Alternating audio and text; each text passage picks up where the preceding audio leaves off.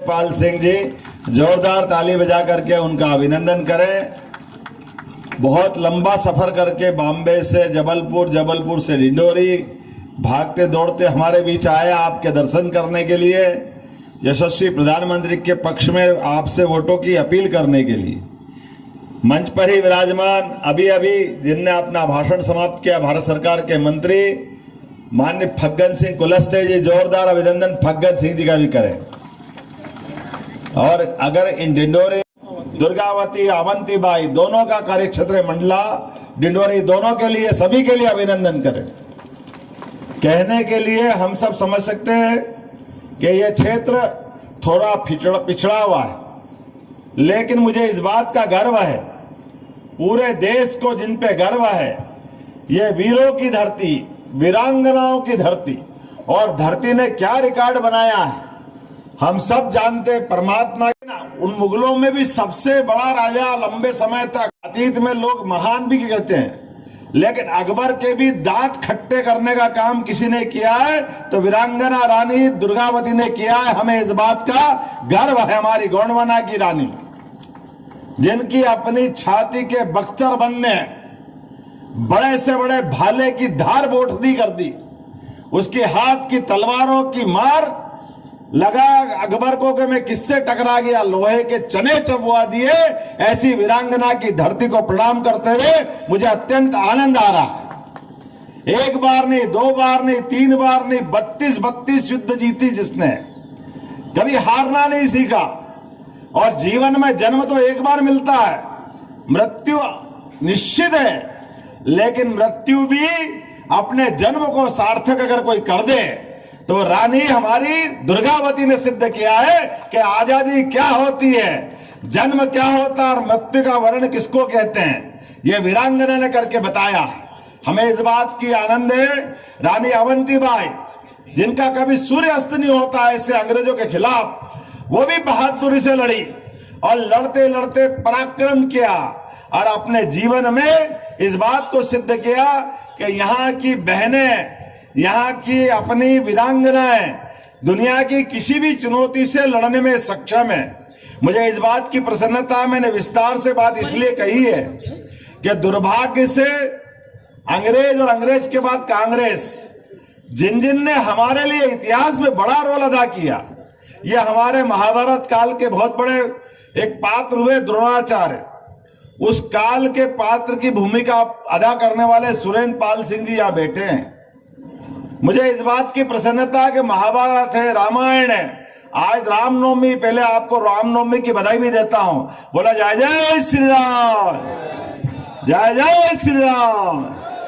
भगवान राम ने अयोध्या छोड़ी, वनवास काल धारण किया, लेकिन अयोध्या सरयू वो छोड़ने का अपने आप में उनके मन में कष्ट होगा, लेकिन मध्य प्रदेश वाले और भाग्यशाली हैं और भगवान राम के कितने प्रिय है। 11 साल अगर किसी के पास रहे, किसी के साथ रहे, तो हमारी धरती पे रहे, मध्य प्रदेश की धरती पे रहे भगवान राम, हमें इस बात का गर्व गौरव है। और इसीलिए हमारी सरकार बनी।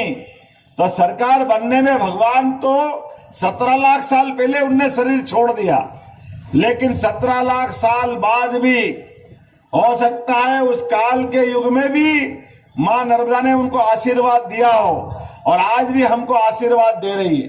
हमने तय किया है मध्य प्रदेश की धरती पर रानी अवंतीबाई, रानी दुर्गावती, शंकर शाह, रघुनाथ शाह, रानी फूल कंवर, हमारे अपने तमाम भगवान राम, भगवान कृष्ण, जिन जिन का हमारे अपने देश के साथ गौरवशाली अतीत जुड़ा हुआ है, सबको पाठ्यक्रम में हिस्सा दे रहे हैं। हमारी भावी पीढ़ी से सबका परिचय कराएंगे, ये मान सम्मान हम दे रहे हैं।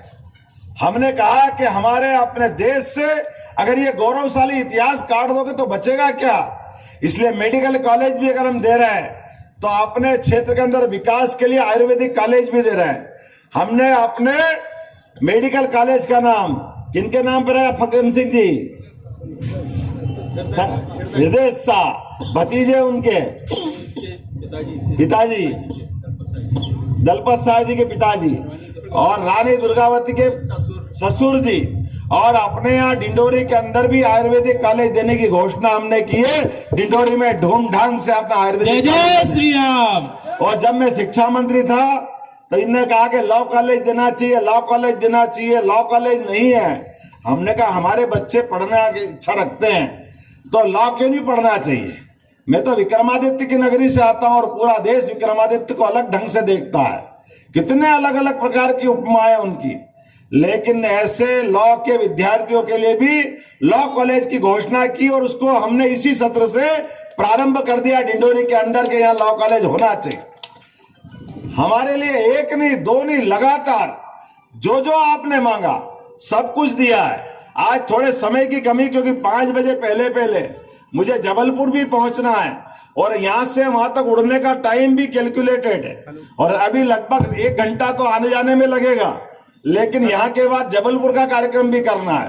कहने के लिए बहुत सारी बातें मैं कह सकता हूं, लेकिन कोदो कुटकी जैसी फसल खरीदने के लिए भी 1000 का अनुदान देने की किसी ने की है घोषणा, तो हमारी सरकार ने की है कि 1000 रुपया क्विंटल अलग से हम देंगे। आप चिंता मत करो। धान कौन कौन उगाता, धान अपने यहाँ हाथ खड़े करो जिनके यहाँ धान की खेती होती। आप सबके लिए भी बताना चाहूंगा, अभी हमारे पास समय कम मिला है, लेकिन 3 महीने में हमारा जब बजट आएगा जुलाई में, आचार संहिता 4 जून को खत्म हो जाएगी। जितने लोगों ने धान बेचा सबको बोनस देने का काम भी हमारी सरकार द्वारा किया जाएगा। किसी को वंचित नहीं रखा जाएगा। जिनके प्रधानमंत्री आवास बन गए, मुझे मालूम है लगभग 2,52,000 प्रधानमंत्री आवास इस मंडला लोकसभा में बने हैं और 1,36,000 बहनों को उज्ज्वला गैस कनेक्शन दिए हैं, लेकिन ये अभी पर्याप्त नहीं है। और जिन जिन को मकान चाहिए उनके मकान देने की घोषणा भी हमारी सरकार ने की है। जिनके मकान कच्चे हैं उनको भी पक्के बना के देंगे। जोरदार ताली मोदी जी के लिए बजाइए।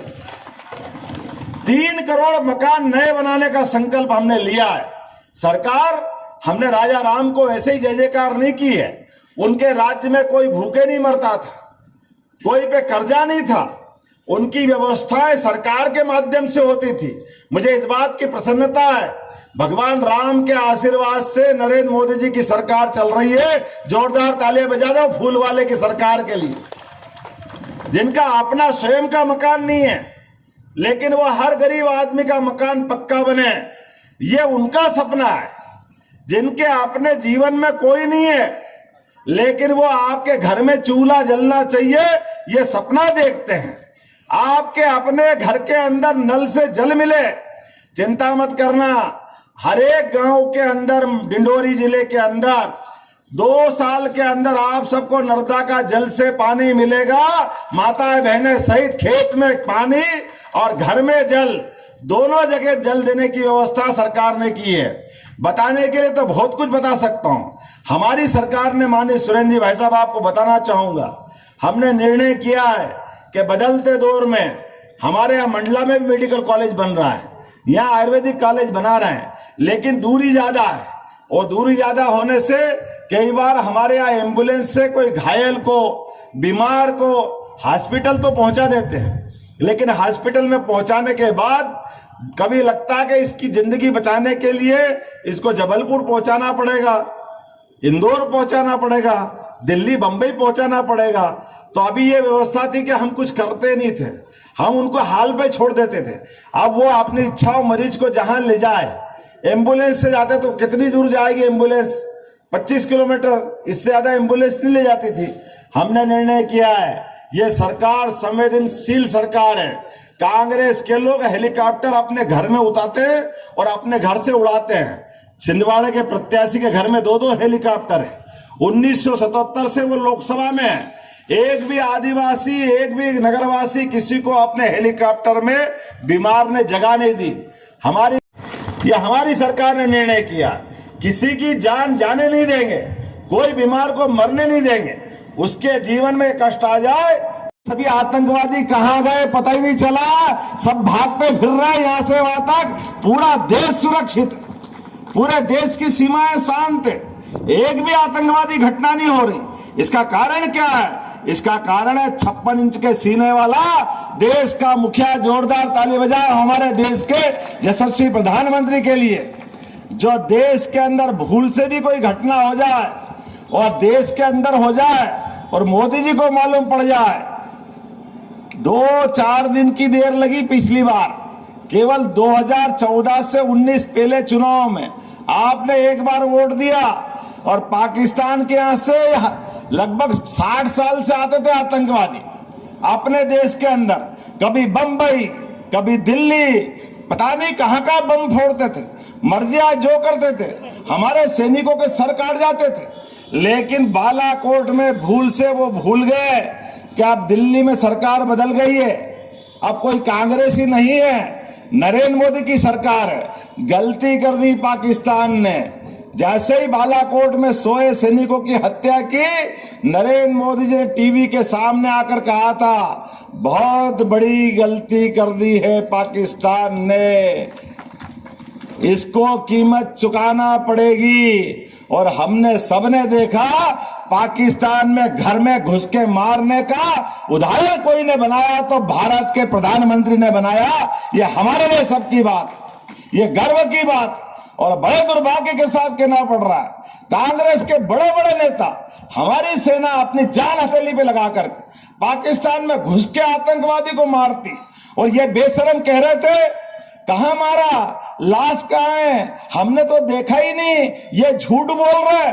अरे भैया, देश के लिए तो कम से कम देशभक्ति बताओ, सेना का तो अपमान मत करो।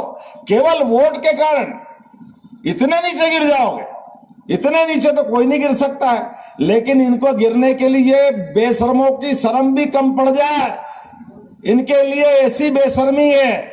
और ये एक बार नहीं, कदम कदम पर हर बार ये ऐसी बेशर्मी लाते हैं। दुर्भाग्य के साथ कहना पड़ रहा है, आज रामनवमी है, भगवान राम, अरे तीर धनुष किसी देवता के साथ रख दो, कोई कारण से मुंह छिपा दो, अपने आप पूरा देश बता देगा कि या तो ये हमारा आदिवासी है या भगवान राम है, दोनों बराबर दिखते हैं। जोरदार ताली बजाओ ये तीर धनुष संस्कृति के लिए। अपने आप की पहचान जिनकी बनी है, पूरा जीवन वनवासियों के साथ, आदिवासियों के साथ जिनने गुजारा, और सबरी माता के झूठे बेर खा करके जिनने हमारी संस्कृति को गौरवान्वित किया। जोरदार ताली बजाओ सबरी माता के। कहां राजा राम, कहां हमारी सबरी। लेकिन आदिवासी के घर में भी झूठे बेर खा करके हमारे धर्म को गौरवान्वित करने वाले ऐसे भगवान राम के मंदिर में भी कांग्रेस ने लगातार अड़ंगे लगाए। कहां पैदा हुए राम, कहां अयोध्या, कौन ने देखा। अब बताओ, 17 लाख साल का इतिहास इनको बताएं, वो तो धन्यवाद दो, जोरदार ताली बजाओ सुप्रीम कोर्ट के लिए। इनके लगातार अड़ंगे के बाद भी 70 साल मुकदमा चला, लेकिन पूर्ण बेंच के फैसले से निर्णय हुआ। उसमें हिंदू जज भी थे, मुसलमान भी थे, और सबने हिल मिल के कहा यही अयोध्या है, यही सरयू नदी है, वो यही उनका जन्म स्थान है। इतना बड़ा फैसला दिया हमारे सामने। मैं सुप्रीम कोर्ट को नमस्कार करता हूं, न्यायपालिका का प्रणाम करता हूं, और उससे ज्यादा धन्यवाद देता हूं मोदी जी को। नहीं तो सुप्रीम कोर्ट ने तो 3 तलाक का फैसला दिया था 35 साल पहले, उस फैसले को लागू करने की हिम्मत कांग्रेस की सरकार में नहीं थी, लेकिन 35 साल पुराने फैसले को भी लागू कराया नरेंद्र मोदी जी की सरकार ने। जोरदार ताली बजाओ अपनी मुस्लिम बहनों के लिए, उनकी जिंदगी बचाने के लिए। और दूसरी बार भी फैसला आया राम जी का, तो रामनवमी आज भगवान घर में मना रहे हैं। जोरदार ताली बजाओ 500 साल के संघर्ष के बाद। तो हमारे राम जी का अपमान करे कांग्रेस के लोग, सेना के जवानों का अपमान करे कांग्रेस के लोग, इस देश का कदम कदम पे मान गिराए कांग्रेस के लोग, और सबका हिसाब चुकता करने के लिए हम आम जनता के बीच आए। अब देश को दुनिया में नंबर 1 देश बनाने के लिए और नंबर 1 मध्य प्रदेश बनाने के लिए आप सबकी आहुतियां डलेगी, आप सबका योगदान रहेगा। आप सबके पास वो ताकत है जिस ताकत के भरोसे से सदैव सदैव इस देश में धर्म की जय हुई और अधर्म का नाश हुआ है। हम सबके लिए ये हमेशा कहने वाला वाक्य नहीं है, ये कदम कदम पे चरितार्थ करता है। तो आओ अपन सब मिले नरेंद्र मोदी जी की तीसरी बार सरकार बनाने के लिए जो जो तैयार है वो सब खड़े हो जाए अपने स्थान पर और बांध लो मुट्ठी और संकल्प करो एक एक वोट जब तक नरेंद्र मोदी जी के लिए 19 तारीख को नहीं पड़ जाए। मंडला लोकसभा से फग्गन सिंह कुलस्ते जी, भले ही नाम है इनका, लेकिन चुनाव चिन्ह तो कमल का फूल है और ये कमल का फूल भारत सरकार के यशस्वी प्रधानमंत्री को तीसरी बार प्रधानमंत्री बनाने के लिए लालायित करेगा। बोलो सब मोदी जी के लिए तैयार है? तैयार है तो बोले मेरे साथ, भारत माता की जय जय जय श्री राम, जय जय श्री राम, नर्मदे नर्मदे। बहुत बहुत धन्यवाद। भारत माता की जय। मुंबई से चलकर हम सब के बीच में आए अभिनेता आदरणीय अमृतपाल जी, साथ में हमारे प्रत्याशी आदरणीय फग्गन सिंह कुलस्ते जी,